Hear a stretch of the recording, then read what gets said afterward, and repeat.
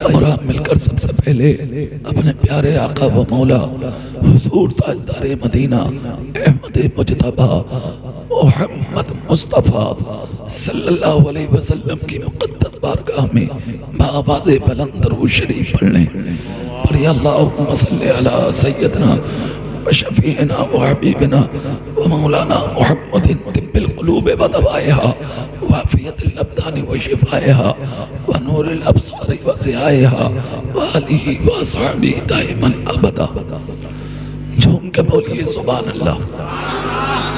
आला हज़रत अज़ीमुल बरकत मुजद्दिद दीन व मिल्लत इमाम इश्क़ व मोहब्बत अच्छे रज़ा प्यारे रज़ा हम सब के रज़ा इमाम अहमद रज़ा फरमाते हैं, हाजियो आओ शहंशाह का रोज़ा देखो, हाजियो आओ शहंशाह का रोज़ा देखो, काबा तो देख चुके काबे का काबा देखो। खुदा का शुक्र है, उसका एहसान अजीम है कि वो सात पुरबहार अपने दामन में कैफो सुरूर के गोहर लिए हुए हम सब की निगाह के सामने आज हाजिर है कि जनाब मोहतरम शान अजीम साहब के भाई जनाब मोहतरम शमीम अहमद साहब कल इंशाअल्लाह 10 बजे खाना काबा और गुंबद खदरा की ज़ियारत के लिए अपने घर से रवाना हो रहे हैं। ये सफ़र कोई मामूली सफ़र नहीं है।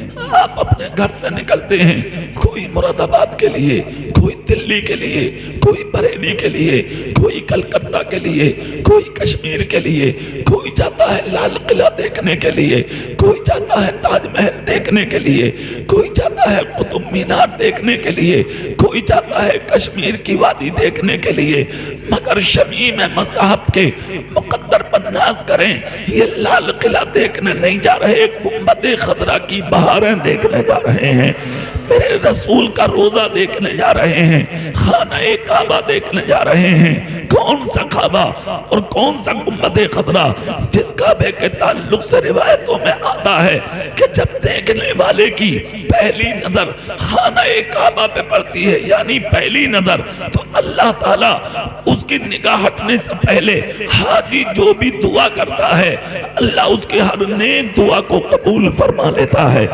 ना। तकरीर बाद में शुरू करूंगा, पहले एक बात आपको जहन में उतार दूं, इको कम कर दो, इसका इको कम करके इसकी आवाज बढ़ा दो, खूब आवाज बढ़ा दीजिए ना, बस आवाज बढ़ाइए इसका, झूम के बोलिए सुभान अल्लाह ना। पहली बात सुन लें, अब मिसाल के तौर पर काबे पे पहली नजर जब आपकी पड़ेगी, आपने काबा देखा तो आप क्या मांगेंगे? अपने लिए दुआ करेंगे, अपनी बीवी के लिए, अपने बच्चों के लिए, अपने भाइयों के लिए, अपने रिश्तेदारों के लिए, मोहल्ले वालों के लिए, कुनबे वालों के लिए, बस्ती वालों के लिए। कितनी बेटियां ऐसी मिलेंगी रास्तों में सुबह को जो कहेंगी चचा मेरे लिए दुआ करना, मेरा निकाह हो जाए। कितने भाई ऐसे मिलेंगे जो कहेंगे शमीम भाई दुआ करना, मेरा कारोबार अच्छा हो जाए। अभी मैंने खुद दुआ कराई है इनसे भी और इनके घर वालों से भी। कितने लोग मिलेंगे? अब सवाल यह है कि आप किस किस के लिए दुआ करेंगे। अब यहाँ एक बात सुन लें, पहली नजर का मतलब आला हजरत ने लिखा है, पहली नजर का मतलब यह है कि आपकी नजर जो उठेगी और काबे पे पड़ेगी तो पलक अगर नीचे आ गया तो नजर खत्म हो जाएगी आपकी, दूसरी नजर शुरू हो जाएगी। अब आप एक पलक में, एक आंख में, एक लम्हे में, एक सेकंड में क्या क्या मांगेंगे। इसलिए आला हजरत अज़ीमुल बरकत मुजद्दिद दीन व मिल्लत इमाम इश्क़ व मोहब्बत फरमाते हैं कि जब पहली नजर पड़े तो आप दौलत मत मांगिए, शोहरत मत मांगिए, इज्जत मत मांगिए, अपने लिए मत मांगिए, औलाद के लिए मत मांगिए, खानदान या रिश्ते वालों के लिए मत मांगिए। सिर्फ एक दुआ पहली नजर में मांग लीजिए, ऐ मौला मैं जब तक तेरे और तेरे महबूब के दरबार में रहूं, जो नेक दुआ करूं मेरी हर दुआ कबूल फरमा ले। ये आला हजरत ने लिखा है, मसला साफ हो गया। अगर ये दुआ कबूल हो गई तो आप 40 दिन मक्के में रहें या 10 दिन मदीने में रहें, जो जो नेक दुआ करते रहेंगे हर दुआ कबूल होती रहे। ये तरीका है। अब दूसरी बात और सुन लें, हज पर जाने का तरीका क्या है, हज की नीयत क्या होनी चाहिए। कुछ लोगों की नीयत ये भी होती है कि मैं हज को जाऊंगा, लोग कहेंगे यार दौलतदार था चला गया, बड़ा आदमी था चला गया, मालदार था चला गया, इज्जत वाला था चला गया, लोग इसको बड़ा कहते थे चला गया। नहीं नहीं, जब अल्लाह आपको बुला ले अपनी बारगाह में, अपने रसूल के दयार में, तो अपने आप को भूल जाइए कि मैं बड़ा हूं। बड़ा सिर्फ अल्लाह है, बड़ा सिर्फ उसका रसूल है। और रहा बुलाने का मतलब, तो बड़े बड़े दौलतदार चले रह गए, शोहरत वाले रह गए, माल वाले रह गए, मकाम वाले रह गए, तख्त वाले रह गए, ताज वाले रह गए। अरे शमीम साहब, आप अपनी किस्मत पर नाज करें, वो दरबार दौलत वालों का नहीं है, शोहरत वालों का नहीं है। वहां का मामला तो ये है कि न सूरत देखी जाती है, न सीरत देखी जाती है, वहां तो मांगने वालों की नीयत देखी जाती है। जिसकी नीयत अच्छी होगी वो कामयाब होगा, जिसकी नीयत में खुलूस होगा वो कामयाब होगा, जिसके मांगने का अंदाज अच्छा होगा वो कामयाब होगा। अब सवाल ये है, हमारे घर से हमें निकलना कैसे है हज के लिए। तो आज दुनिया जा रही है, अल्लाह ताला जितने यहाँ बैठे हैं और घरों में सुन रहे हैं, अल्लाह सबको मदीने की हाजिरी नसीब फरमाए। एक हाजी चला था बगदाद से, सुभान अल्लाह बोले, मैं तारीख सुनाए देता हूं। कहां से चला था बोलिए? बगदाद शरीफ से। हाजी का नाम है हजरत अब्दुल्ला इब्ने मुबारक, जो मजदूरी करते थे और मजदूरी करके जिंदगी गुजारते थे। 1 रुपया रोजाना हज के नाम से कमा कर रख देते थे। एक दिन वो भी आया, जो जुमले थोड़ा सा दौलत जमा हुई, आपने अल्लाह की रजा के लिए जाने के लिए अर्जी पेश की। दिन वो आ गया कि आपकी अर्जी कबूल हो गई। और जब हज को जाने के दिन आए, बगदाद शरीफ से जब हाजियों का काफिला निकल के चला, तो इन्होंने भी पीछे से कदम निकाला। सारे हाजी मिलते जा रहे हैं, खुशी में झूमते जा रहे हैं, मगर जाने वाले की इसकी किस्मत देखो, हजरत अब्दुल्ला इब्ने मुबारक किसी से मिल नहीं रहे हैं, बल्कि हर हर कदम पर मुसल्ला बिछा के 2-2 रकत नमाज पढ़ते जा रहे हैं। किसी ने पूछा, ए अब्दुल्ला इब्ने मुबारक क्या कर रहे हैं? अब्दुल्ला इब्ने मुबारक ने कहा, मेरा सफर कोई ऐसा वैसा नहीं, मैं अल्लाह के घर में जा रहा हूं, मैं मुस्तफा के दयार में जा रहा हूं, मैं कमली वाले आका के चरणों में जा रहा हूं। चलते जा रहे हैं। जब बगदाद का सदर गेट आया तो आपने देखा सारे हाजी निकल गए, मगर आपकी नजर पड़ी एक औरत है जो सर से पांव तक दुपट्टा अपने जिस्म पर डालकर एक मुर्दा मुर्गी को हाथ में लिए हुए भीख मांग रही है। अब्दुल्ला इब्ने मुबारक करीब आए, औरत की चीख निकल गई। दरबारे खुदा में दार जा रहे थे, मुस्तफा की बारगाह में जा रहे थे, इसलिए सीरत मुस्तफा की चादर अब्दुल्ला इब्ने मुबारक के सर पे पड़ी थी। औरत के करीब गए, जाकर कहा, बहन क्या जान सकता हूं किस लिए रोई हो तुम? औरत ने कहा, अब्दुल्ला इब्ने मुबारक, जाने वाले तो सैकड़ों हाजी थे, मगर मेरी जबान किसी के सामने नहीं खुली, आपके सामने खुली है। कहा, बहन क्या कहना चाहती है, बोल। औरत ने कहा था, मैं एक बेवा हूं और मेरे जो सामने खड़े हैं ये मेरे यतीम बच्चे हैं, मेरे घर में कई दिन से चूल्हा नहीं जला है, मेरे बच्चे बीमार हो चुके हैं, खाने के लिए घर में कुछ भी नहीं है। अब्दुल्ला इब्ने मुबारक बोले, ये मुर्दा मुर्गी किस लिए उठाए खड़ी हो? कहा, मैंने सुना है कि जब खाने को कुछ नहीं रहता और आदमी बेसहारा हो जाता है तो उसके लिए हराम चीजें हलाल हो जाती हैं, इसलिए मैंने मुर्दा मुर्गी उठाई है ताकि इसी को बनाकर अपने बच्चों को खिला दूं, ताकि मेरे बच्चों की जान बच जाए। खुदा की कसम, जा रहे थे हज के लिए, बैतुल्लाह शरीफ, खाने काबा के तवाफ, गुंबदे खजरा की जियारत के लिए, मगर जब औरत की बेकसी की दास्तान अब्दुल्ला इब्ने मुबारक नबी के गुलाम ने सुनी, खुदा की कसम जितना पैसा हज के लिए इकट्ठा किया था एक मुद्दत तक, वो सारा पैसा निकाला और निकाल के बेवा के दुपट्टे में डाल दिया। डालकर कहा, मेरी बहन, मैं जा तो हज के लिए रहा था, मगर ले ये पैसा मैं तुझे दे के जा रहा हूं, मेरे लिए दुआ कर देना। खुदा की कसम बेवा के खून के आंसू तो टपक रहे थे, वो अश्क रुक गए। दुआ करती करती औरत अपने घर की तरफ चल दी। अब्दुल्लाह इब्ने मुबारक हज के लिए नहीं गए, वापस अपने घर में आ गए। इबादत शुरू, रियादत शुरू, बंदगी शुरू, तकवा शुरू, परहेजगारी शुरू, अल्लाह की इबादत फिर से शुरू, मुस्तफ़ा की सुन्नतों से मोहब्बत फिर से शुरू। वो वक्त आ गया कि लोग हज करके वापस बगदाद शरीफ आ गए, ये अपने घर से ना निकले। अब्दुल्लाह इब्ने मुबारक को खबर मिली कि जो बगदाद से काफिला हज के लिए गया था वो वापस आ चुका। क्या शान होती है काबा देखने वालों और मदीना देखने वालों की। जो अभी कारी शमीम साहब ने जुमला यानी अशरफ साहब ने जुमला बोला, वो जुमला लायक कद्र है, लायक एतमाद है, लायक इज्जत है कि जो लोग काबा देख लें उनकी आंखों को चूमो, उनके लबों को चूमो, इनके हाथों को चूमो, इनके कदमों को बोसे लो, इसलिए कि इनकी आंखों ने किसी और को नहीं देखा बल्कि मेरे रसूल के रोजे को देखा है और उस दयार को देखा है जिसके ताल्लुक से खुद मुस्तफा ने कहा मंज़ारा कब्री वजबत लहू शफाअती, जिसने मेरे मज़ार की ज़ियारत कर ली उस पर मेरी शफाअत वाजिब हो जाती है। अल्लाह अल्लाह। ये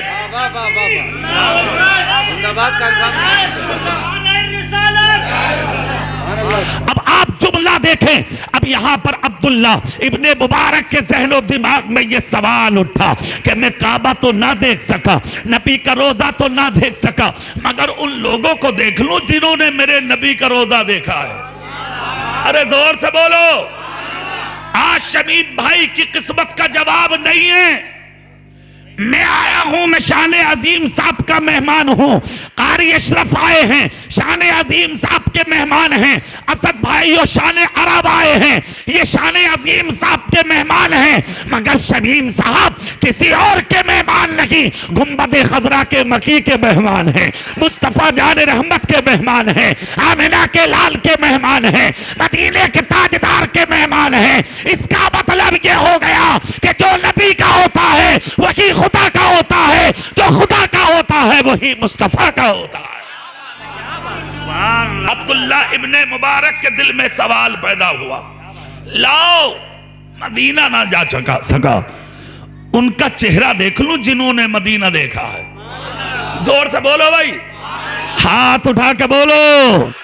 अपने घर से निकल गए हाजियों के हाथों को चूमने, उनकी नजर का बोसा लेने।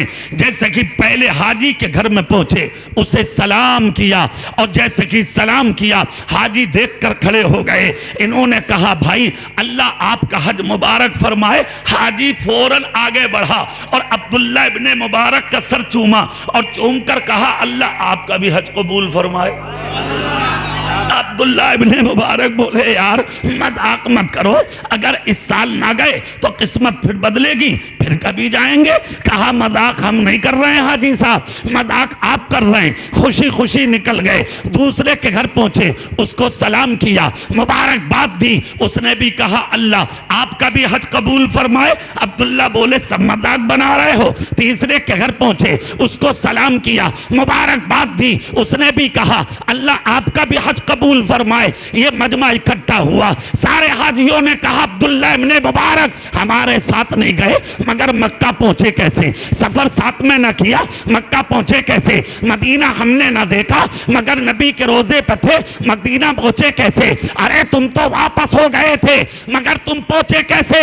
अब्दुल्ला इब्ने मुबारक की चीख निकल गई। तबस्सुर कर रहे हो, ठिट्ठा कर रहे हो, कहा कर रहे हो, मजाक बना रहे हो, मेरी जिंदगी पे हंस रहे हो। अरे खामोश रहो, इस साल अगर नहीं गया तो फिर कभी मेरा नबी बुलाएगा, मैं जरूर जाऊंगा। सारे हाजी बोले मजाक हम नहीं कर रहे। ए अब्दुल्ला इब्ने मुबारक मजाक आप कर रहे हैं। कहा मतलब सुनो, कोई जगह ऐसी नहीं जहां तुम हमसे आगे आगे ना चल रहे हो। मक्के में देखा हमसे आगे, सफा मरवा पे देखा हमसे आगे मकाम इब्राहिम पर देखा, हमसे आगे अरफात में देखा, हमसे आगे मुस्तल्फा में देखा, हमसे आगे मकाम मीना में देखा, हमसे आगे मस्जिद आयशा में देखा, हमसे आगे सफर मदीना में देखा, हमसे आगे गुंबद खदरा पर देखा, हमसे आगे मस्जिद नबवी में देखा, हमसे आगे मेरे रसूल के कदम पाक पर देखा, हमसे आगे विलादत मुस्तफा रसूल सल्लल्लाहु अलैहि वसल्लम की वो जगह मक्के में जिसको दुनिया उसकी खाक को चूम के मकाम व मरातिब हासिल करती है, वहां देखा। तो हमसे आगे अरे कोई जगह ऐसी नहीं जहां तुम हमसे आगे नहीं थे, फिर कैसे झूठ बोल रहे हैं हम। अब्दुल्लाह इब्ने मुबारक खामोश हो गए कि जब गया नहीं तो फिर आगे कैसे हुआ। जिद खामोश हो गई, बात मुकम्मल हो गई। ईशा पढ़ के बिस्तर पर लेटे, रात को ख्वाब में मुस्तफा तशरीफ लाए, और जोर से रात को ख्वाब में नबी तशरीफ लाए। अब्दुल्लाह इब्ने मुबारक का सर चूमा, आंख खुल गई। कहा आका आप? कहा अब्दुल्ला तेरी गलत फहमी मिटाने आया हूं। आका कौन सी? कहा सबने कहा तुम गए और तुमने किसी की ना मानी। अर्ज करते आका जब गया नहीं तो फिर मानूंगा कैसे, इसलिए कि गुलाम आपका हूं। मुस्तफा बोले अब्दुल्ला तू गया तो नहीं है, मगर मजदूरी करके मेहनत करके जो पैसा कमाया था और हज के रास्ते में जो एक बेवा के दुपट्टे में तुमने पैसा जाते हुए डाल दिया था, तेरी ये अदा अल्लाह को इतना पसंद आई है कि जितने हाजी इस साल मक्के मदीने में गए हैं उन्होंने सिर्फ एक हज किया है और खुदा ने तेरे नाम का एक फरिश्ता पैदा कर दिया है जो तेरी शक्ल का है, जिसने इस साल भी हज किया है कयामत तक हज करेगा और हर साल उसके हज का सवाब तुझे और तेरे खानदान को मिलता रहेगा। ये है बहुत अच्छा माशाअल्लाह। हमारे मिंबर शरीफ पर खतीब अहले सुन्नत हजरत कारी मोहम्मद हाशिम साहब भी तशरीफ ले आए। अल्लाह सब उलमा की हाजिरी कबूल फरमा ले। जी लगा के सुभान अल्लाह बोलो सब। अब यहां से सबक लो आप। हज नाम सिर्फ काबे के तवाफ का नहीं है कि सिर्फ गए और काम मुकम्मल। अल्लाह ने हज यहां भी रखा है। जोर से माँ का अदब कर ले, बड़ा सवाब है। बाप का एहतराम कर ले, बड़ा सवाब है। कितने तो ऐसे मिलेंगे कि बाप को 5 रुपए की दवाई न मिल रही, उम्रा करने जा रहा। हाँ, माँ घर में तड़प रही है और बेटा हज करने जा रहा। लानत हो तेरे सफर पर। शर्म नहीं आती, गैरत नहीं आती। बाप को 5 रुपए की दवाई नहीं, माँ का इलाज नहीं, खुद हज करोगे। मुस्तफा ने फरमाया मोहब्बत की नजरों से एक मर्तबा माँ बाप का चेहरा देख ले, अल्लाह तुझे हज मकबूल का सवाब अता फरमा देता।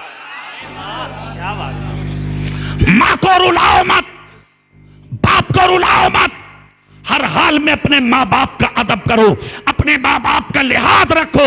और हज के सफर पर निकलते हुए निकलने से पहले रातों को सोया मत करो। हुजूर गौसे पाक का एक कौल है, सुभान अल्लाह बोलो मैं सुनाए देता हूँ, है ना, जोर से बोलो सुभान अल्लाह मैं सुनाता हूँ। गौसे पाक फरमाते हैं जो शब दयारे मुस्तफा की हाजिरी की हो, यानी जो रात शमीम साहब सुने और शान अजीम साहब सुन लें, इस पर अमल करें। फरमाया शबे सफर, जिस सफर में तुम हज के लिए जा रहे हो, शब का माना होता है रात, उस रात में सोना मत। आधी रात कुरान पढ़ना, आधी रात नफल पढ़ना और फजर से पहले पहले एक काम करना। तुम्हारी बस्ती में जो गरीब हैं जिसको तुम अच्छे से जानते हो, रात के अंधेरे में जाके उन गरीबों की मदद करते जाना, इसलिए कि तुम उस नबी की बारगाह में जा रहे हो जिसने प्यासों को पानी पिलाया है, भूखों को खाना खिलाया है, नंगों को कपड़ा पहनाया है, मरीजों का इलाज कराया है, भटको हुओं को सीने लगाया है। बेमददगारों के मददगार है मुस्तफा, बेभरोसों का भरोसा है मुस्तफा, बेकसों का कस है मुस्तफा, बेबसों का बस है मुस्तफा, टूटे दिलों के सहारे हैं मुस्तफा, जिसका कोई नहीं उसको भी अपना बनाते हैं मुस्तफा। इस अंदाज में अगर घर से निकलोगे, आपका हर हर कदम अल्लाह की बारगाह में कबूल होगा। दूसरी चीज, हज के लिए जब निकलो तो फर्ज तो आप पढ़ेंगे ही, सुन्नतों का भी ख्याल रखना। और यहां पर एक कौल सुनना बुजुर्गों का, छोटी से छोटी नेकी ये छोड़कर मत छोड़ा करो, ये छोटी है। ये सोचकर मत छोड़ा करो ये छोटी है, तुम्हारी नजर में छोटी है, पता नहीं अल्लाह की बारगाह में उस नेकी का कितना मकाम होगा। और छोटे से छोटा गुनाह ये सोच कर मत कर लिया करो ये छोटा है, तुम्हारी नजर में छोटा है, पता नहीं अल्लाह की बारगाह में कितना बड़ा होगा। और सफर हज पे हमें कैसे करना है जरा आप देखें। हजरत उमर के बेटे हजरत अब्दुल्ला जब हज के लिए चले तो आपके साथ में मदीने का काफिला था, यानी मक्का शरीफ पहुंचने से पहले हजरत उमर के बेटे हजरत अब्दुल्ला एक ऊंट पर बैठे हुए थे। अल्लाह अल्लाह, आपका कद थोड़ा थोड़ा सा छोटा था, ऊंट आपका एक दरख्त के नीचे से निकल के गया। जब दरख्त के नीचे से ऊंट निकला हजरत उमर के बेटे अब्दुल्ला का, तो दरख्त की टहनी जमीन की तरफ झुकी हुई थी। आपने अपना सर ऊंचा किया तो आपका सर टहनी में ना लगा, नकेल पकड़ के ऊंट को वापस किया, दोबारा आपने निकाला फिर ना लगा, तीसरी मर्तबा आपने ऊंट को जब निकाला तो आपने सर ऊंचा किया तो आपके सर पे जो अमामा शरीफ बंधा था वो अमामा उस टहनी में लग के खुल गया, कांधे पे गिर गया। हजरत उमर के बेटे हजरत अब्दुल्ला का जैसे कि अमामा लग के खुला, झटके से हजारों सैकड़ों लोग जो साथ में थे वो हैरत में पड़ गए, अरे मामला क्या है। अचानक जानबूझ के सर टहनी में मार दिया, अमामा खुल गया तो मुस्कुराने लगे। बात क्या है, आपने अपने ऊंट से उतर के नीचे खड़े हुए और अमामा उतारा, उसे चूमा, मुस्कुरा के बांधा और हर हाथ पर मुस्कुराते जा रहे हैं, नबी पर दरूद सलाम पढ़ते जा रहे हैं। फिर ऊंट पर सवार हुए, सवार होकर सफर शुरू करके बोले अल्लाह का करम है, एक चीज बाकी थी अल्लाह ने वो भी पूरी करा दी। सहाबा बोले उमर के बेटे अब्दुल्ला सही सलामत ऊंट निकल गया था, 3 मर्तबा जानबूझकर पेड़ के नीचे से निकाला और कस्तन अपना अमामा आपने टहनी में मारा। जब खुल गया तो मुस्कुराए, नबी पर सलाम पढ़ा, नबी पर दरूद पढ़ा और फिर खुदा का शुक्र अदा किया। आखिर मुअम्मा क्या है। हजरत उमर के बेटे हजरत अब्दुल्ला बोले लोगों सुनो, मुझे वो दिन आज भी याद है, मैं भूला नहीं हूं कि जब मेरे आका ने आखिरी हज फरमाया था तो मैं अपने रसूल के साथ था, मेरे आका का कद ऊंचा था, मेरा नीचा है। जब मेरे आका की ऊंटनी इस दरख्त के नीचे से निकली थी तो मेरे नबी का अमामा इसी टहनी में लग के खुल गया था। मेरे नबी ने अमामा बांधकर यहाँ तबस्सुम फरमाया था, इसलिए मैंने भी अपना अमामा जानबूझ के खोला है ताकि अमामा खुल जाए और खुले तो मुझे बांधकर नबी की सुन्नत पर अमल करने का मौका नसीब हो जाए। अल्लाह अल्लाह, यानी हज तो अदा करने जा रहा हूं, हज अदा करने से पहले मेरे रसूल की सुन्नत पर अमल हो जाए।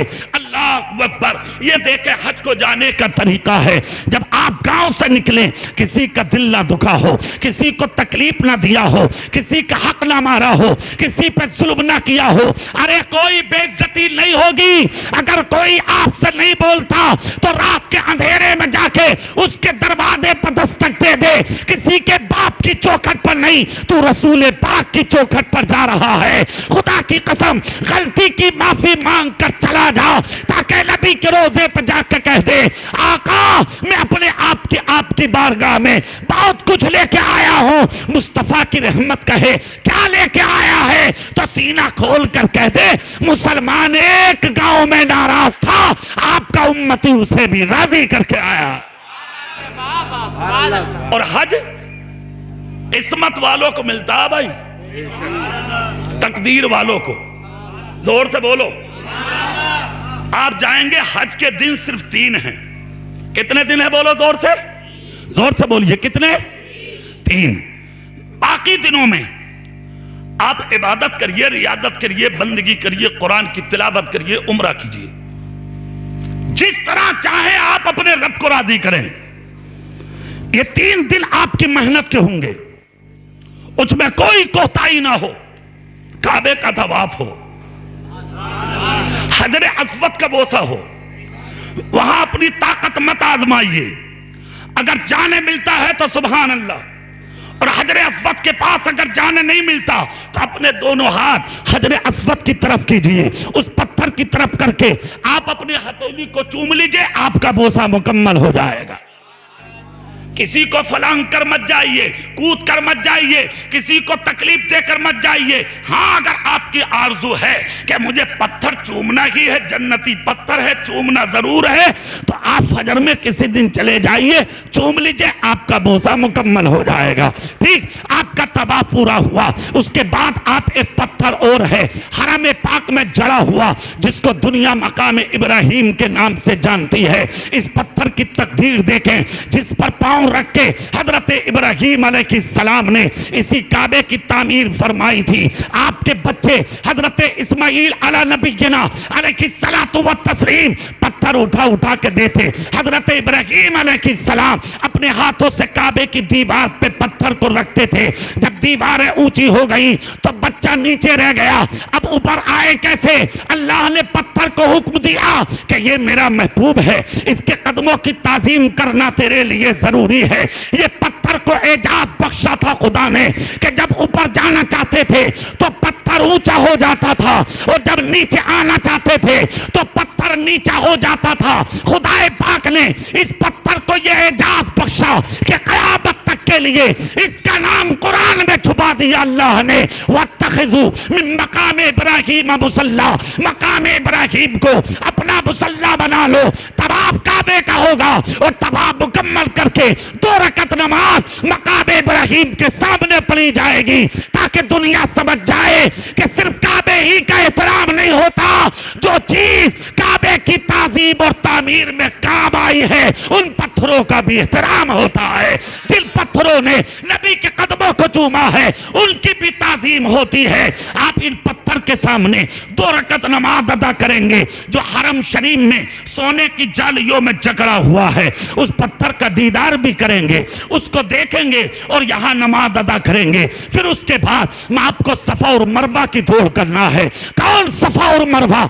जिसका जिक्र कुरान में है, इन्ना सफा वल मरवता मिन शाइरिल्लाह। ऐ लोगों, सफा और मरवा अल्लाह की निशानियों में से निशानी है। एक तरफ सफा है और दूसरी तरफ मरवा है। यानी के पहाड़ियां हैं जिनके बीच में अल्लाह की वो मकबूल बंदी हजरत हाजरा, हजरत इब्राहिम की बीवी दौड़ी थी अपने बच्चे के पानी के लिए। हजरत सायरा ने जब हजरत इब्राहिम से कहा था कि तुमको 90 बरस की उम्र में जो बेटा इस्माइल के नाम से मिला है, इस बेटे और अपनी बीवी हाजरा को मुझसे जुदा कर दो।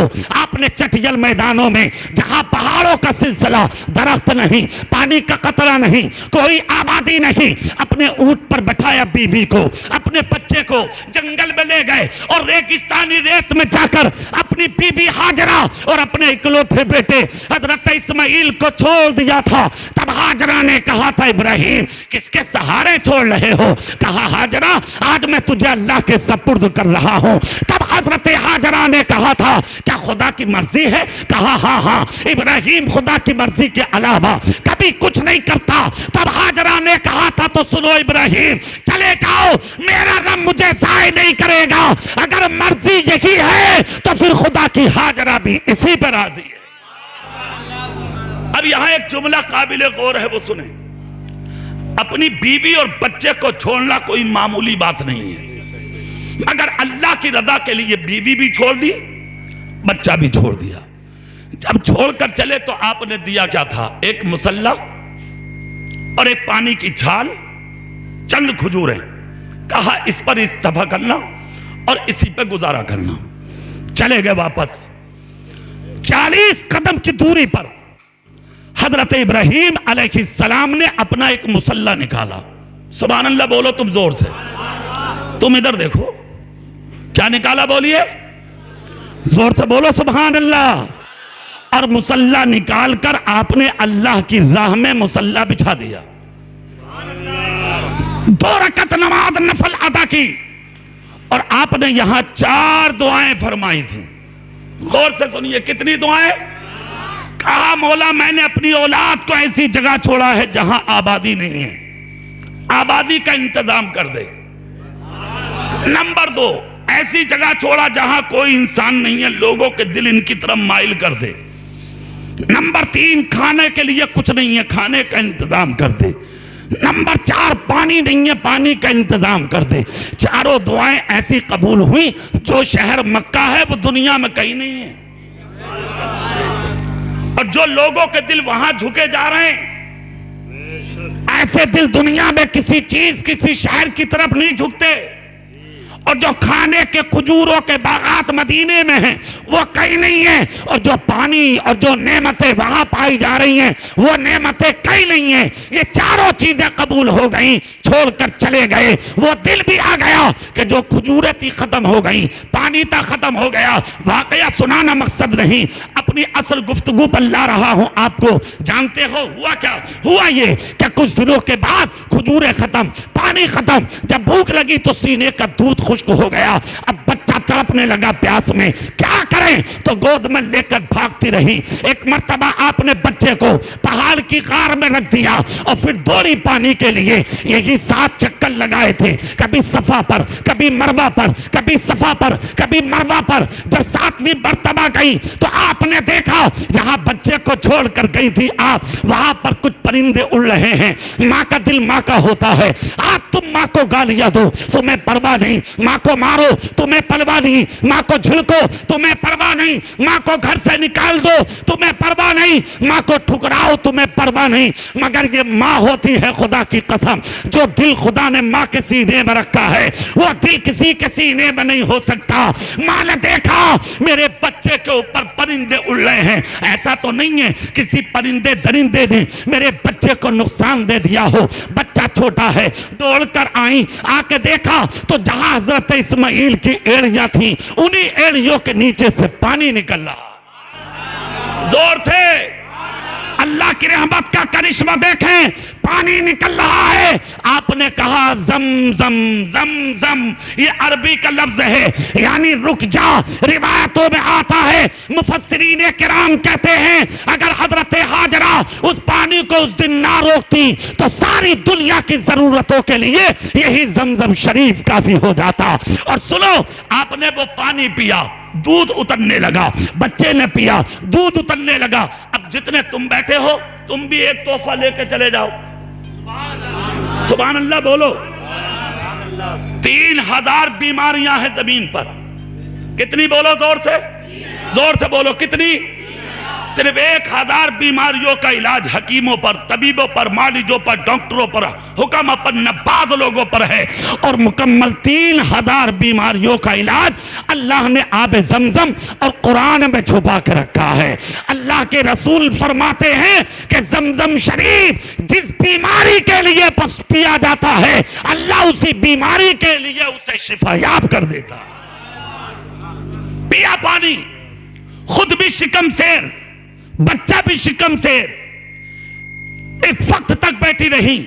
3 दिन के बाद यहां से एक काफिला गुजरा, खानदाने बनो जरहम। उन्होंने देखा यार यहां पानी कहां से आया, हम तो कई मर्तबा गुजरे कभी ना देखा, आज कहां से आया। देखा तो एक औरत दुपट्टे में चेहरा छुपाए बैठी है। करीब गए, जाकर सलाम किया, कहा कौन हो? कहा मैं पैगंबर की बीवी हाजरा हूं, मेरे शोहर का नाम इब्राहिम। यहां कैसे आई? कहा अल्लाह की मर्जी थी इसलिए। मेरे करीब से जाओ। कहा अगर इजाजत दो तो हम पानी पी लें। अल्लाह अल्लाह। कहा पी लो। इन्होंने जब पानी पिया तो पीकर खुदा का शुक्र अदा किया और बोले हमने जिंदगी में ऐसा पानी कभी ना पिया। अब जी चाहता है कि इस कुएं को छोड़कर ना जाएं, तो हजरत हाजरा बोली तो रह लो मगर एक शर्त है। कहा शर्त क्या है? कहा मेरी शर्त यह है कभी जिंदगी में इस कुएं पे कब्जा नहीं करोगे। क्या हो गया? कहा इस कुएं पे कभी जिंदगी में कब्जा नहीं करोगे। इतना जब कहा तो खानदाने बनो जरहम ने इसका इकरार किया। कहा ठीक है। उसी दिन से इन्होंने मकान बनाए, झोपड़ियां डाली, खैमा नस्ब किया, रहना शुरू कर दिया। वहीं से मक्के की आबादी शुरू हो गई। जोर से बोलो भाई। सबसे पहले कयाम किया था इन खानदाने बनो जरहम ने, और इसी खानदाने बनो जरहम से हजरत इस्माइल अलैहिस्सलाम का पहला निकाह भी हुआ था। आपने इसी खानदान से अपनी शादी की थी। आगे चलने के बाद इसी कुएं के ऊपर खानदान में झगड़ा हुआ, हमारा कब्जा हो, हमारा कब्जा हो। फिर इसी कुएं को पत्थरों से बंद किया गया, हथियारात से बंद कर दिया गया, सारी चीजें कुएं में डाल के कुएं को एक जमाने तक बंद रखा। एक दिन फिर वो भी आया कि अल्लाह के हुक्म से हजरत इब्राहिम की तरफ हुक्म खुदाबंदी होता है, इब्राहिम अपनी औलाद से मुलाकात करो। जोर से बोलो भाई। निकले उन्हीं जंगलों में, आके देखा तो छोड़कर चटियल मैदान में गए थे, आज आबादी हो गई। पानी का कुआं भी है, बागात भी हैं, लोगों के हुजूम भी हैं। आप तलाश करते करते अपनी दरवाजे तक पहुंच गए। मुलाकात बेटे से हो गई, मुलाकात हुई बाप और बेटे की। उसके बाद सोचा कि मकान बनाए। अल्लाह का हुक्म आया, इब्राहिम अपना घर बनाने से पहले हमारा घर तामीर करो। मुफस्सिरीन किराम में मौलाना अहमद यारका नईमी तफसीर नईमी में यूं नकल करते हैं, आपने 3 दिन तक अल्लाह का घर बनाने के लिए जमीन तलाश फरमाई। 3 दिन के बाद आज जहां काबा बना हुआ है, इसी जमीन पर आकर जब खड़े हुए तो इतनी जगह पे एक अब्र छाया। आपने समझा यहां काबा बनाओ। आप उसके बाद में एक तेज हवा चली, और इतनी तेज हवा चली कि जिस जगह काबा है इस जमीन के कंकर और पत्थर उड़कर चले गए। हजरत इब्राहिम अलैहिस्सलाम को काबे की बुनियादें नजर आने लगी। सवाल यह है कि काबा बना कब? तो लफ्ज़े कुन कह के अल्लाह ने जब कायनात की बुनियाद डाली थी, इस जमीन पर सबसे पहले जो घर बना है उस घर का नाम काबा है। सबसे पहले इसको फरिश्तों ने तामीर किया, हजरत आदम ने तामीर किया, हजरत इब्राहिम ने तामीर किया, फिर हजरत नूह अलैहिस्सलाम के जमाने में ये जमीन पर झगड़ा करेगा। अल्लाह ने फरमाया नहीं, मैं इंसान पैदा करूंगा, ये मेरी मशीयत है। फरिश्ता बना करता रहा, रब ने इंसान पैदा किया। आज जवाब देता है अल्लाह कि जब पूरी दुनिया से इंसान इकट्ठा होके मैदान अरफात में गिड़गिड़ाते हैं तो हदीस शरीफ में आता है अल्लाह आसमान अव्वल पर ज़ुहूर इजलाल फरमाता है और अपने बंदों पर निगाह रहमत डालता है। फरिश्तों से कहता है, फरिश्तों तुम तो कहते थे ये झगड़ा करेगा, फसाद करेगा, खुराइजी करेगा, कत्ल गारत करेगा। देखो मेरा बंदा कोई कयाम में है, कोई रुकू में है, कोई सजदा में है, कोई कादा में है, कोई सलाम में है, कोई दुआ में है, कोई रो रहा है, कोई तौबा कर रहा है। फरिश्ते अर्ज करते हाँ मौला ऐसे लोगों को बख्शा जाए। रब फरमाता फरिश्तों गवाह हो जाओ, इस अरफात में जितने मौजूद हैं मैंने उन सब की खताओं को आज माफ कर दिया है। ये है अरफात का मैदान। आप यहां से निकलेंगे ऐसे हो जाएंगे आप जैसे आज ही अपनी मां के पेट से पैदा हुए गुनाहों की तरफ से। अब कहां चले? मुज़दलिफा। यहां पर भी कयाम करेंगे आप, कंकरियां बीनेंगे आप, साफ सुथरी कंकरियां उठाइए। उसके बाद मिना का सफर होगा। सुबह में मिना जाएंगे, रमिए जमार करेंगे आप। कंकरी मारते वक्त एक चीज का ख्याल रखना शमीम भाई, बहुत बहुत बदतमीज आदमी जा रहे हैं हज को भी। हज को जाने वालों में भी आप ये ना समझे सभी नेक है, बहुत बहुत बड़ा जा रहे हैं। खुल रहे हैं, सही बता रहा हूं। अरे कारी साहब एक की वीडियो देखी, वो जूती मार रहा फेंक के बुड्ढा, और बुड्ढा बुड्ढा बिल्कुल यार उठ उठ के मार रहा जूती। पता ना किस बेटे का बाप होगा कम बखदू।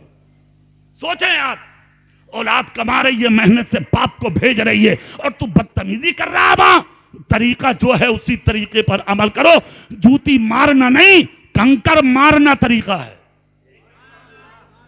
कंकर मारेंगे आप, रबी जिमार इसी को कहा जाएगा।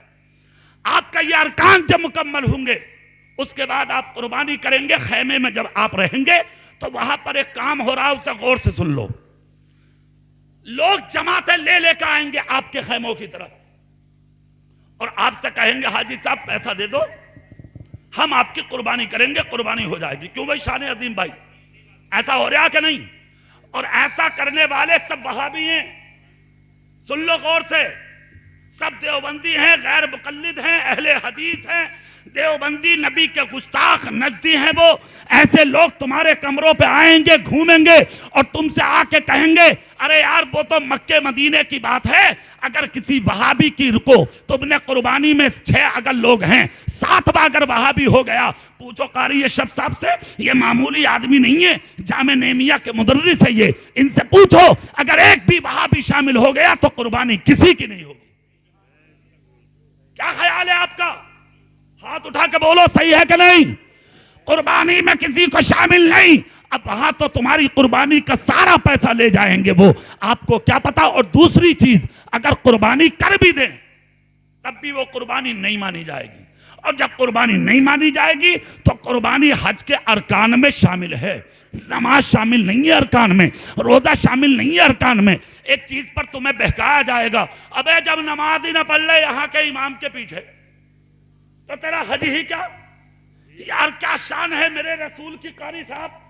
खुदा की कसम सारी चीजों को हज के अरकान में शामिल किया। तवाफ भी है उसमें, सफा मरवा भी है उसमें, अरफात भी है उसमें, मुज़दलिफा भी है उसमें, कुर्बानी भी है उसमें। मगर मेरे नबी ने नमाज को हज से दूर रखा है। क्या नजर थी मेरे रसूल की? अल्लाह ने महबूब को वो इल्म दिया है, रहते हैं मदीने में, जमाने की खबर है। अल्लाह अल्लाह, ऐसी खबर थी मेरे नबी को, एक दिन ऐसा आएगा मक्के पे कब्जा, मदीने पे कब्जा मेरे मुखालिफों का होगा। इसलिए नमाज को हज से दूर रखा। उनके पीछे मत पढ़ो, अलग नमाज पढ़ो, तुम्हारे हज में कभी नहीं आएगी। हो गया, आपने कुर्बानी की और उसके बाद आपका हज मुकम्मल हो जाता सर मुड़ा के। अब आपकी वो तकदीर पूरी होने जा रही है जिसकी तमन्ना थी आपको। अब आप सफर करेंगे मुस्तफा के मदीने की तरफ। जोर से, जिसके ताल्लुक से बरेली के आला हजरत बोले थे, हाजियो आओ शहनशाह का रोजा देखो, काबा तो देख चुके, काबे का काबा देखो। रात भर नींद नहीं जाएगी, करबटे बदलते रहोगे।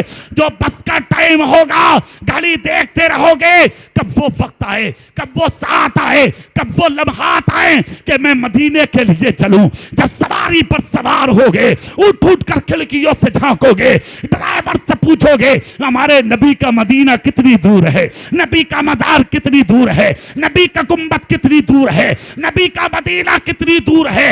और जब गुम्बद खजरा के मीनारे नजर आएंगे तो तुम्हारा जी चाहेगा हम बस से उतर जाएं, पैदल भागने लगे, इसलिए कि वजह तखलीक कायनात का रोजा नजर आने लगा है। आ गया मुस्तफा का मदीना, सुभान अल्लाह। और जोर से, मदीना बहुत अदब की जगह है, बहुत अदब की जगह है मदीना। और इतने अदब की जगह जहां पर जी चाहता है कि पैरों के बल नहीं आंखों के बल चलूं। और जानते हो मदीने की शान क्या है? लाओ मैं तकरीर को लंबा ना करके एक वाकया सुना दूं तुम्हें। हाथ उठा के या रसूल अल्लाह दिल से कह के दिखा दो। पूरा मजमा उठाओ हाथ, तब होगी बात। हाँ, मुस्कुरा के बोलो या रसूल अल्लाह। सुनो नबी के मदीने की शान। मेरे रसूल के एक सहाबी हैं जिनकी सारी जिंदगी गरीबी में गुजरी, सारी जिंदगी। मगर पंडित लंगला वालों एक बात सुनो, गरीब होना तौहीन नहीं है। गरीब होना, जोर से बोलो, गरीब होना यह अल्लाह की रजा है। और मैं तो कहता हूं गरीब होकर मर जा, मगर नबी का गुलाम होकर मर जा। खुदा दौलत ना दे ऐसी जिससे मेरा ईमान बर्बाद हो। खुदा गरीबी दे दे, मगर ऐसी दे दे कि मेरा ईमान सलामत हो। सारी जिंदगी गरीबी में गुजरी। बेटे खामोशी से सुन लो ये बात। सारी जिंदगी गरीबी में गुजरी, मगर कभी नबी से नहीं कहा आका दुआ कर दो कि मैं मालदार हो जाऊं। अच्छा एक बात बताओ, तुम जितने बैठे हो, जिसके लिए नबी दुआ कर दें, क्या वो गरीब रह सकता? नहीं ना, कभी नहीं कहा। नबी का विसाल हो गया, अबू बकर का जमाना आया, उनसे भी नहीं कहा दुआ कर दो मैं अमीर हो जाऊं, फिर उनका भी विसाल हो गया। उमर फारूक का जमाना आ गया, और जब जमाना उमर का आया, अल्लाह अल्लाह, उमर के जलाल का भी जवाब नहीं, उमर के कमाल का भी जवाब नहीं। तख्त पर बैठे थे एक दिन उमर फारूक, हजारों बैठे हैं लोग सामने, फैसले फरमा रहे हैं उमर बिन खत्ताब। हजरत उमर ने मजमे में देखा, और क्या देखा कि उसी मजमे में वो गरीब बैठे हैं जिनकी सारी जिंदगी गरीबी में गुजरी थी। उमर फारूक आजम ने उंगली का इशारा करके कहा, ए उमर। उमर ने फारूक आजम ने उंगली का इशारा करके कहा मेरे करीब आ जाओ। ये उठे मजमे में, और उठने के बाद आ गए करीब और आने के बाद उमर को सलाम किया जैसे कि फारूक आजम को सलाम किया। फारूक आजम ने आगे बढ़ने के बाद इनसे कहा कैसे हो? कहा मैं बहुत अच्छा हूं, खुदा का शुक्र है। उमर बोले सारी जिंदगी हो गई, आज तक तुमने माल तलब ना किया। कहा क्या जरूरत है, मैं नबी के मदीने में रहता हूं। जोर से और जोर से कहा इससे बड़ी दौलत और क्या होगी? खुदा की कसम इतना सुनना था। उमर की आंख से आंसू निकल गए। हजरत उमर उठे और उठकर अंदर गए। दौलत खाने में जाके आप तिजोरी में हाथ डाला और चाबियां उठाई उमर ने और उठाकर आए गरीब के पास। आकर गरीब से कहा लो। कहा क्या? बोले आज तक हमने तुम्हें गरीबी में देखा है, आज हमने तुम्हें ईरान का गवर्नर बना दिया। कहां का गवर्नर? बादशाह। और 5 साल का नहीं, 5 साल का नहीं, का जब तक हयात हो बादशाहत तुम्हारी रहेगी। यार पंडित नगरा वालों, ईमान से एक बात बताओ, बोलो बात खुशी की थी या नहीं है? अभी अपने यहां इलेक्शन हुए, मिंबरी के मारे मरे मरे फिर रहे लोग पार्षद के लिए और चेयरमैनी के लिए तो ठिकाना ही नहीं। अभी पिछले साल इलेक्शन में आपने सुना नहीं कि एक प्रधान जी जब इलेक्शन जीत के निकले, हाँ, और जब काउंटिंग में ऐलान हुआ कि ये जीत गए, जो साइकिल के रिम में हार डाले जाते हैं, जब उस प्रधान के वो हार पड़े, समझ गए, तो उससे खुशी बर्दाश्त ना हुई। जब लोगों ने गोद में उठाया तो प्रधान मर गया। हाँ, वही खत्म।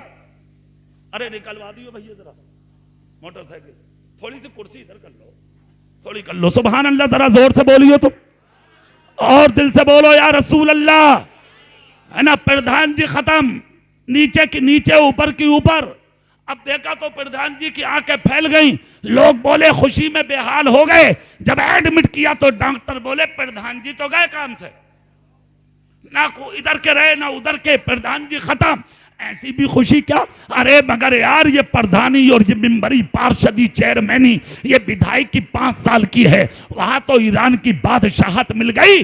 मगर उसके बावजूद एक जुमला बोला था पंडित नगरा वालों, वो सुनने के लायक है। उमर बोले लो, हमने ईरान की तुम्हें गवर्नरी दे दी। चाबियां हाथ में ली, हाथ में लेके कहा उमर गवर्नरी का मतलब बादशाहत? बोले हाँ। कहां करनी है? कहा रूम में, ईरान में, वहीं रहना है। कहा अच्छा, तो फिर इसका मतलब जब बादशाहत करनी है तो रहना वही होगा, सहना वही होगा, खाना वही होगा, पीना वही होगा, जिंदगी वही गुजारनी है। कहा पक्का? कहा मदीना तो फिर छोड़ना पड़ेगा उमर? कहा हाँ। तो चाबियां उठाई, उमर के कुर्ते पे डाल के बोले ए उमर सुन कान खोल के, ये गवर्नरी तुझे मुबारक हो और मुस्तफा की चौखट की फकीरी मुझे मुबारक हो। मैं मदीना छोड़ना नहीं चाहता, तू कर बादशाहत, मुझे नहीं चाहिए। इतना सुनना था। उमर फारूक आदम के होठ सूख गए, मुस्कुराए, चेहरा देखा और चेहरा देखकर एक जुमला बोला था उमर ने, वो सुनो। आंख से आंसू निकल पड़े। कहा यह फैसला मेरा नहीं है। कहा और? कहा यह फैसला तेरे नबी का है। ये गवर्नरी मैंने नहीं, तेरे नबी ने तुझको दी है। तेरी गरीबी खुदा ने कबूल कर ली। इतना जब कहा तो दिल से एक आवाज निकली, प्यार हम भी करते हैं और प्यार नबी से तुम भी करते हो। उमर तुझसे कह दिया नबी ने, बादशाहत देनी थी तो मुझसे क्यों नहीं कहा? नबी को जिंदा सिर्फ तू ही नहीं, नबी को जिंदा मैं भी तो मानता हूं। इतना सुनना था।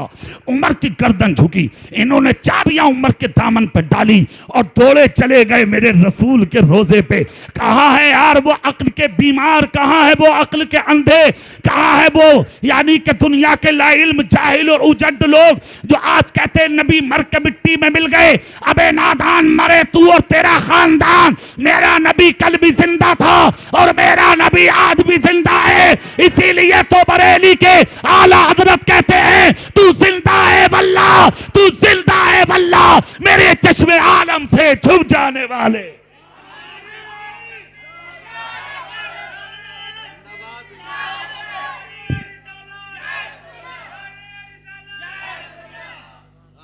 आखिरी वाकया है मेरी तकरीर का, गौर से सुनिए। अच्छा दूसरी चीज, मक्के और मदीने में बदअकीदगी बहुत है शमीम भाई। हाँ, आप तो हज करने जा रहे हैं माशाल्लाह, जो लोग कमाने जा रहे हैं ना कारी साहब, उधर से आधे मौलवी बन के आ रहे हैं। हालांकि हमें अच्छा पता तू करके क्या आ रहा, इसलिए ज्यादा उड़े मत, ज्यादा इतराबे मत। क्या करके आया हम अच्छे से जानते हैं। कमा के आ रहे हो, कमा के आ जाओ, जिंदगी गुजार लो, ज्यादा भले मौलवी मत बनो। मौलवी बनने की जरूरत नहीं है, इसे मौलवी जाने के सही क्या है और गलत क्या है। तू क्या जाने। हाँ, ताजुश शरिया, अरे उर्स है मेरे पीर का कल, हाथ उठा के सब बोलो सुभान अल्लाह। कल 7:14 पर इंशाअल्लाह बरेली में कुल होगा उस मेरे पीर का। वो ताजुश शरिया अलैहि रहमा जब हज करने के लिए मक्का और मदीने की गलियों में पहुंचे थे तो अरब के शयूखू यानी के शयूख आपकी बारगाह में कुछ मसाइल लेकर आए, आपने मिनटों में हल कर दिया। उसी सैकड़ों के बीच में से एक शेख उठकर कहा, साहब बुखारी शरीफ की एक हदीस को मैं नहीं मानता। ताजुश शरिया बोले, क्यों नहीं मानते और वो हदीस है कौन सी? कहा, साहब वो हदीस वो है जिसमें यह कहा गया है कि जिस दिन नबी पैदा हुए थे तो अबू जहल ने जिस उंगलियों के इशारे से अपनी लोंडी को आजाद किया था सोयाबा को, लिहाजा उन उंगलियों से हर पीर को उसके दूध निकलता है और वो मीठा दूध चूसकर अपनी प्यास को 8 दिन की लगी बुझा लेता है। मैं नहीं मानता। ताजुश शरिया बोले, भाई क्यों नहीं मानते? अकीदे का जुमला है, सुनिए। कहा, कुरान से और इस मामलात से बहुत फर्क तजाद पाया जाता है। कहा, वो कैसे? कहा, कुरान कहता ला युखफ़फ़ु अन्हुमुल अज़ाब, के यानी कि कुफार के अज़ाब में कोई तखफीफ नहीं की जाएगी, कोई कमी नहीं की जाएगी। और यहाँ पर कहा जा रहा है कि उसको दूध मिलता है, तो यहाँ तो इस आयत में और उस हदीस में बहुत फर्क पाया जा रहा है, लिहाजा ये हदीस गलत है। अब मुझे खुद फैसला करके बताओ। तो ताजुश शरिया खड़े हो गए शयूख के बीच में, अरबी लोगों के बीच में। क्या इल्म दिया था खुदा ने हुजूर ताजुश शरिया को? इसीलिए हम कहते हैं जानशीने मुफ्ती आजम है ताजुश शरिया, वारिस उलूम यानी के आला हजरत के उलूम के वारिस हैं हुजूर ताजुश शरिया। वो वक्त के बहुत बड़े आलिम है ताजुश शरिया। खड़े हो गए हजारों के बीच में, कहा जबान बंद करके बैठ जा और जुमले सुन। हदीस भी सही है और कुरान भी सही है, तेरी समझ ठीक नहीं है। कहा, वो कैसे? कहा, कुरान ने जो कहा है कि कुफार के अज़ाब पर कोई तखफीफ नहीं, कोई कमी नहीं होगी, तो यह मामला कयामत के बाद का है। और उसकी उंगलियों से दूध मिलना यह मामला कब्र का है। तो असल अज़ाब वहां से शुरू होगा, हिसाब और किताब के बाद। कौन जन्नती और कौन जहन्नमी, तो वो मामला माबादे कयामत गया। जहन्नम का मसला और यह है कब्र का मसला। इसलिए आयत भी सही है, कुरान भी सही है। इसीलिए हजारों शयूख खड़े हुए और खड़े होकर सब कहने लगे, अरे जब अख्तर रजा के इल्म का यह आलम है तो इनके दादा अहमद रजा के इल्म का आलम क्या होगा। सुभान अल्लाह, खुदा की कसम, ये तो अकीदे की बात थी, मैंने बोल दी। फिर बाकी आ जाओ जहां हम आप थे। कल उनका कुल शरीफ है, ज्यादा से ज्यादा तादाद में आप पहुंचिए, और अगर ना पहुंच सके तो अपने घर में इंशाअल्लाह बाद नमाज मगरिब मस्जिदों में कुल शरीफ की महफिलें सजाइए। जिसका एहसान है उसको मानिए। ताजुश शरिया ने सुले कुल्लियों के चेहरों से चादर को हटा के उन्हें बेनकाब किया और हमें नबी की सीरत की चादर अता करके मुस्तफा का गुलाम बनाया। सुनिए, उन्होंने मेरे रसूल को जिंदा माना। सुभान अल्लाह, जोर से। रसूल के सहाबी हैं, दौड़े चले गए, भाग के गए, नबी के रोजे पे सलाम किया, रोए और रो के बोले, आका अगर जिंदा उमर मानता है तो उमर जिंदा आपको मैं भी मानता हूं। आपने चाबियां उमर को भेजी हैं और मुझे ईरान का बादशाह बनाया है, तो हुजूर ये बात तो मुझसे भी कह सकते थे। आका अगरचे करीब हूं मगर गुलाम तो आपका ही हूं। इतना कह के चीख निकल गए, रो पड़े, जमीन पर गिर गए, आंख बंद हो गई। ख्वाब में मुस्तफा तशरीफ ले आए। जोर से बोलो भाई। अच्छा, यहां भी एक शुबे का इजाला कर दूं, हर किसी के ख्वाब में नबी नहीं आते। हाँ, ये भी सुन लो। आज कोई कहता है मेरे ख्वाब में भी नबी आए, भाई मैंने भी देखा, बिला वजह। आला हजरत ने पोल खोल दी, फताह रज़विया में नकल फरमाया, किसका ख्वाब लायक एतबार है उसके सामने एक चीज रखो। क्या? सीरत की जो कुतुब हैं जिस पर मेरे नबी का हुलिया लिखा है, सर के बाल से लेके मेरे रसूल के पैर के नाखून मुबारक तक, ये सारा हुलिया अगर वो सच बयान करता है तब उसका ख्वाब लायक को एतबार माना जाएगा, और अगर उस हुलिये के खिलाफ जाता है तो उसके ख्वाब पर एतबार नहीं किया जाएगा। हर किसी के ख्वाब में नबी नहीं आते, और जिसके ख्वाब में आते हैं नबी ही होते हैं। नबी की सूरत में कभी शैतान नहीं आ सकता। शैतान हर किसी की सूरत बना सकता है, मेरे रसूल की शक्ल नहीं बना सकता। ख्वाब में आए मुस्तफा, आकर कहा, दीवाने क्या बात है? अर्ज करते, आका आपने तड़पाया है, मेरे रसूल ने लबों को चूमा, होठों को चूमा, सर को चूमा, चूम कर कहा, फैसला उमर का नहीं, फैसला तेरे नबी का है। वो ईरान की गवर्नरी मैंने की दी है। आग खुल गई। नबी के रोजे का गुंबद नहीं बना था उस जमाने में, जो हरा गुंबद है नबी का, ये नहीं बना था, खाली छत थी। नबी के पाक हजरत हाजरा के आयशा के हुजरे में दफन थे, जहां आज मदफून है। इस हुजरे की कुंजी पकड़ ली थी किसने? नबी के गुलाम ने, और रोकर कहा था, या रसूल अल्लाह, मुझे तख्त प्यारा नहीं, हुकूमत प्यारी नहीं, बादशाहत प्यारी नहीं, सल्तनत प्यारी नहीं, दौलत प्यारी नहीं, शोहरत प्यारी नहीं। आका मुझे तो आपका मदीना प्यारा है, मुझे तो आपका रोजा प्यारा है, मुझे तो आपकी गलियां प्यारी है। आका करोड़पति होना नहीं चाहता, मैं आपकी चौखट का भिखारी होना चाहता हूं। अल्लाह अल्लाह, सुनिए, एक जुमला बोला था इन्होंने, अगर आपका हुक्म है तो जा रहा हूं गवर्नरी के लिए, एक शर्त है मेरी आका, और वो शर्त ये है, हुकूमत ईरान में करूंगा और दफन होने के लिए जमीन मदीने में लूंगा। अगर शर्त मंजूर हो तो भेज दीजिए। मेरे नबी ने कबूल किया, चले गए, और जब मदीने से निकले थे, आए हाय सुभान अल्लाह बोलो पंडित रंगला वालों, मदीने की दीवारों को चूमते जा रहे थे, मिट्टी को उठा उठा के चूमते जा रहे थे, जूतियां निकाल दी थी, हर कदम पर नफल पढ़ रहे थे। और जब ऊंट पर सवार किया था मदीने के 40 जवानों ने, तो ऐसी चीख निकली थी कि इंसानों से लेके परिंदों तक इनकी आवाज को लोगों ने सुना था।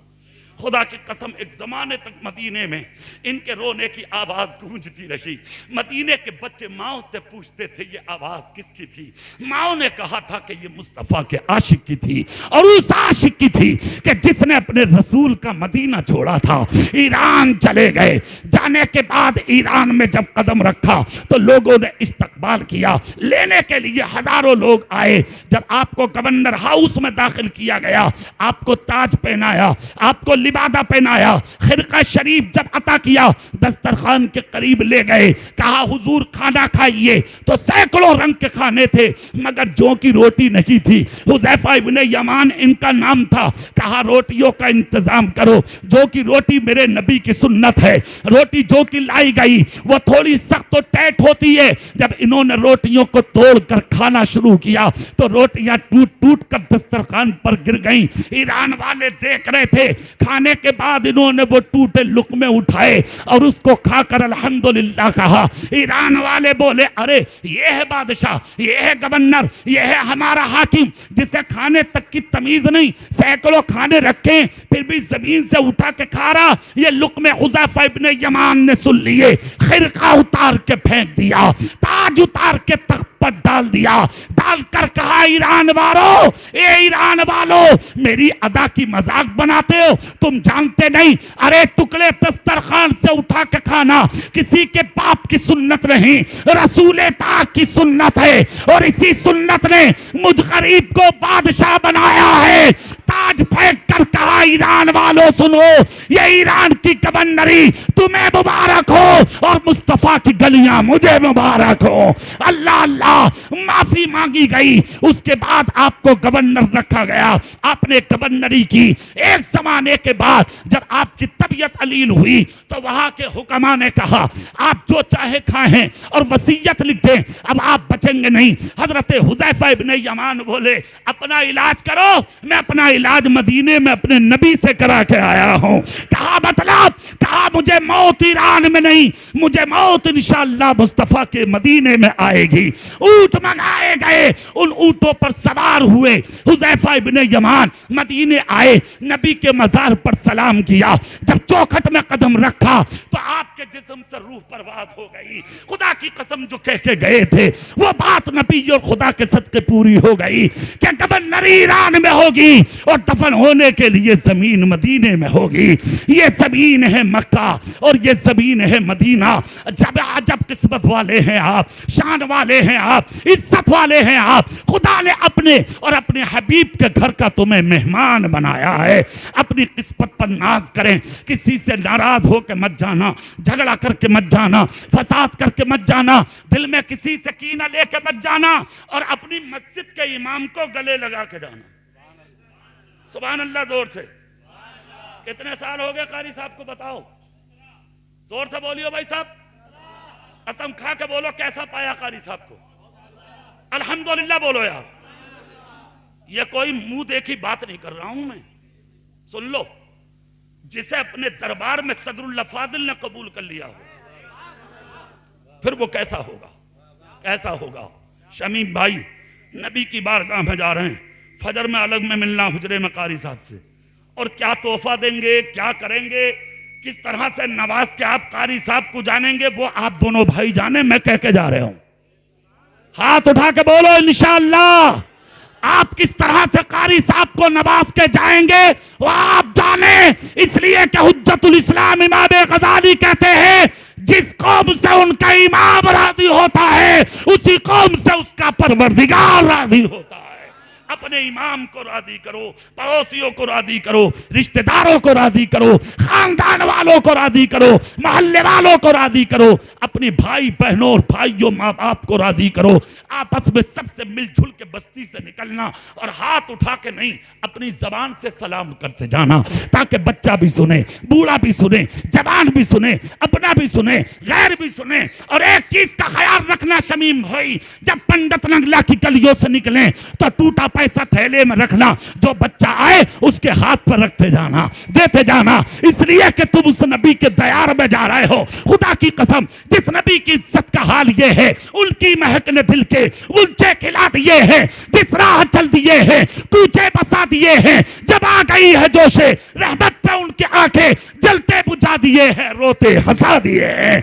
अपना आए उसे भी देना, गैर का बच्चा सामने आ जाए उसे भी देना, ताकि अपने तो अपने खैर भी कह दें। जब ये इतना अच्छा है तो ये रास्ता और तरीका देने वाला मदीने का इसका रसूल कितना अच्छा होगा।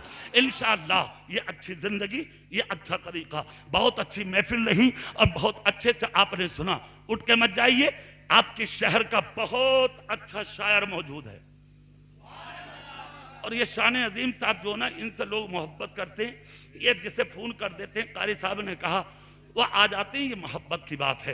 हालांकि देखिए मैं कहां से आ रहा हूं, रात मेरी तकरीर लखनऊ से 250 किलोमीटर की दूरी पे थी, कप्तानगंज रात, बस्ती के आगे गोंडा बेराइज बस्ती, उसके भी आगे कप्तानगंज एक जगह, वहां तकरीर करके लखनऊ से कार पकड़ी, यहां से ट्रेन से गया और इस प्रोग्राम की वजह से वहां से 500 मिले का किलोमीटर का सफर कार से और फिर लखनऊ से ट्रेन से फिर यहां तक पहुंचा, सिर्फ इस महफिल को करने के लिए।